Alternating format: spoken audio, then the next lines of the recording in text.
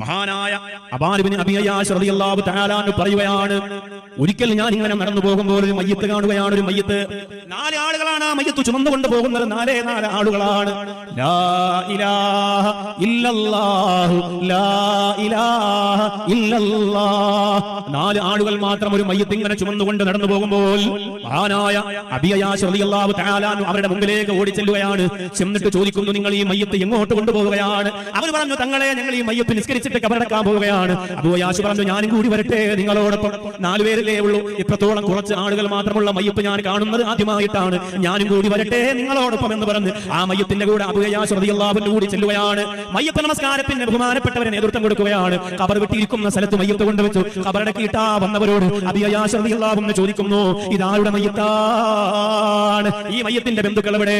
അടക്കാൻ വന്നവർ പറഞ്ഞു, തങ്ങളെ, ഈ മയ്യത്തിന് ഒരു ഉമ്മ മാത്രമാണുള്ളത്. ഇതാ ഉമ്മയുടെ മകനാണ്, ഇതാ ഉമ്മയുടെ പൊന്നുമോനാണ്, ഇതാ ഉമ്മയുടെ പൊന്നുമോനാണ്. അബൂ അയ്യാശ് ചോദിച്ചു, ആ ഉമ്മ എനിക്കൊന്ന് കാണാൻ പറ്റുമോ? അവർ പറഞ്ഞു, ആ ഉമ്മയാണ് ഞങ്ങൾക്ക് കൂലി തന്നിട്ട് ഇതെന്റെ മോനാണ്, അവനെ കൊണ്ടുവന്ന് കുളിപ്പിച്ച് നിസ്കരിച്ച് കബറടക്കണമെന്ന് പറഞ്ഞത്. ഞങ്ങൾ 4 ആളിനും ഉമ്മ കൂലി തന്നിട്ടുണ്ടെന്ന് പറയുകയാണ്. ആ ബഹുമാനപ്പെട്ട അബൂ അയ്യാശ് അവരോട് പറയുന്നു, എനിക്ക് ആ ഉമ്മയെ ഒന്ന് കാണിച്ചു തരുമോ? എനിക്ക് ആ ഉമ്മയെ ഒന്ന് കാണിച്ചു തരുമോ? കുറച്ചൊക്കെ ആ പ്രിയപ്പെട്ട ഉമ്മാന്റെ അരികിലേക്ക് അബൂ അയ്യാശ് റളിയല്ലാഹു തആല അൻഹു കടന്നു ചെല്ലുകയാണ്. എന്നിട്ട് ആ ഉമ്മയോട് ചോദിക്കുന്നു, ഉമ്മ, നിങ്ങളുടെ പ്രിയപ്പെട്ട പൊന്നുമോൻ എന്തുകൊണ്ടാണ് ആരുമില്ലാതെ 4 ആളുകൾ മാത്രം ചുമന്നു കൊണ്ടുപോയി കബറടക്കുന്ന അവസ്ഥ വന്നത്? നിങ്ങൾ എന്തുകൊണ്ടാണ് അങ്ങനെ ചെയ്തതുമ്മ എന്ന് ചോദിക്കുമ്പോൾ ആ ഉമ്മ എങ്ങോട്ട് കരയാൻ തുടങ്ങി.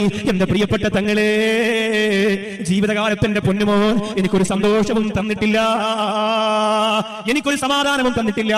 എന്നെ അടിച്ചിട്ടുണ്ട് തങ്ങളെ, എന്നെ ഉപദ്രവിച്ചിട്ടുണ്ട് തങ്ങളെ, എന്ന് ചീത്ത വിളിച്ചിട്ടുണ്ട് തങ്ങളെ, എന്ന് എന്റെ ചെറിയ കുടിലിന്റെ അകത്ത് നിന്ന് പുറത്തേക്ക് വലിച്ചെറിഞ്ഞിട്ടുണ്ട് തങ്ങളെ.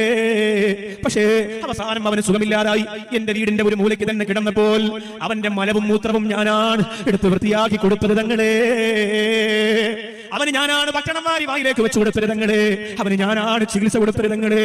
അവസാനം അവൻ മരിക്കുന്നതിന് മുമ്പ് എന്റെ കൈ പിടിച്ച് മുത്തിയിട്ട് പറഞ്ഞു, ഉമ്മ, നിങ്ങൾ എനിക്ക് പൊരുത്തപ്പെട്ടു തരണം, ഉമ്മ, നിങ്ങൾ എനിക്ക് പൊരുത്തപ്പെട്ടു തരണം. ഞാൻ നിങ്ങളെ ഉപദ്രവിച്ചതുപോലെ ലോകത്തിന് മകനെ ഉമ്മായ ഉപദ്രവിച്ചിട്ടുണ്ടാവില്ല. എനിക്ക് പുറത്തു തരണേ ഉമ്മ, എനിക്ക് പുറത്തു തരണേ ഉമ്മ.